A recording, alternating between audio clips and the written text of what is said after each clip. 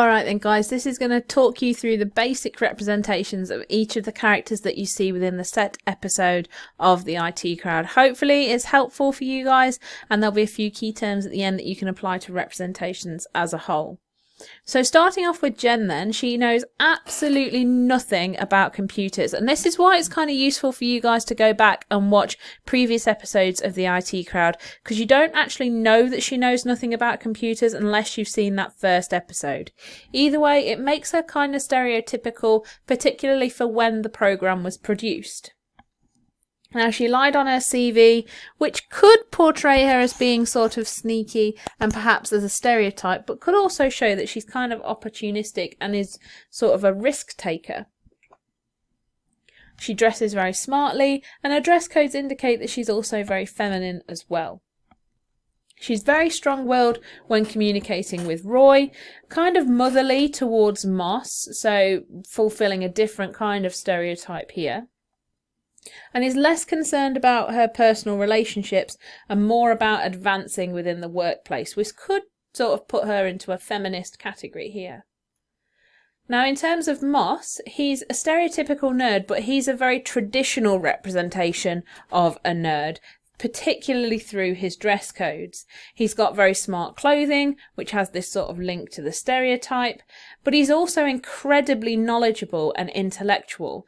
This, combined with the fact that he's kind of socially awkward, could be a way of the show representing sort of additional needs like autism or Asperger's. He's also very much the underdog in the series, which suggests that the audience are likely to support him and to want to root for him right from the get-go. Now, Roy, on the other hand, he's a stereotypical nerd, but he's this modern representation of the term. And in fact, I guess we'd be more likely to class him as a gamer today rather than a nerd as a whole.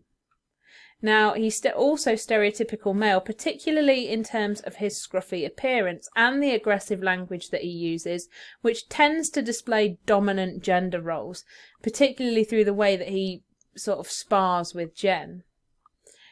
Now, we know from our set episode that he's somewhat nervous about how he looks, particularly when compared to his peers. And that's not necessarily talking about his physical looks, but it's more sort of talking about how he stands up against his peers and whether or not he's as valued as his peers.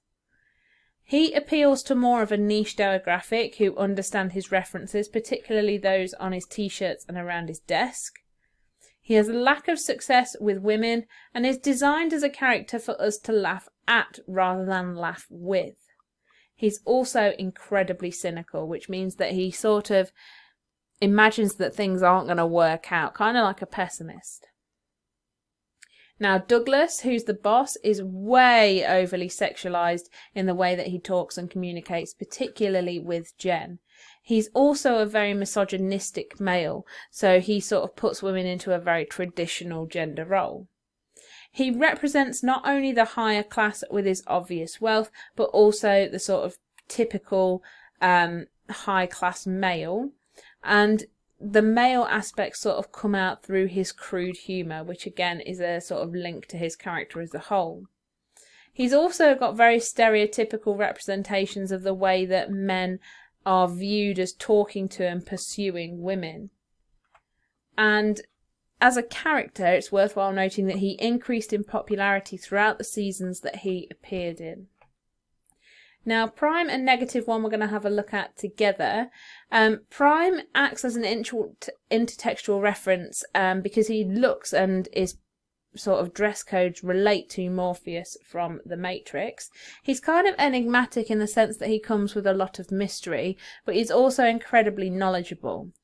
He's taken on a pseudonym, so Prime is obviously not his real name.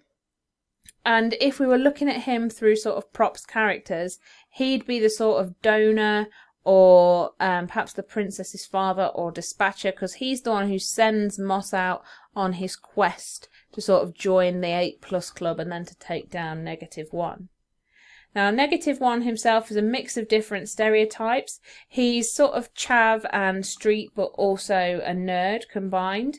He's presented as the nemesis or villain for Moss to overcome. So again, right from the get-go, we're designed to not like -1. We're designed to sort of be put against him because we want Moss to succeed. We want him to overcome.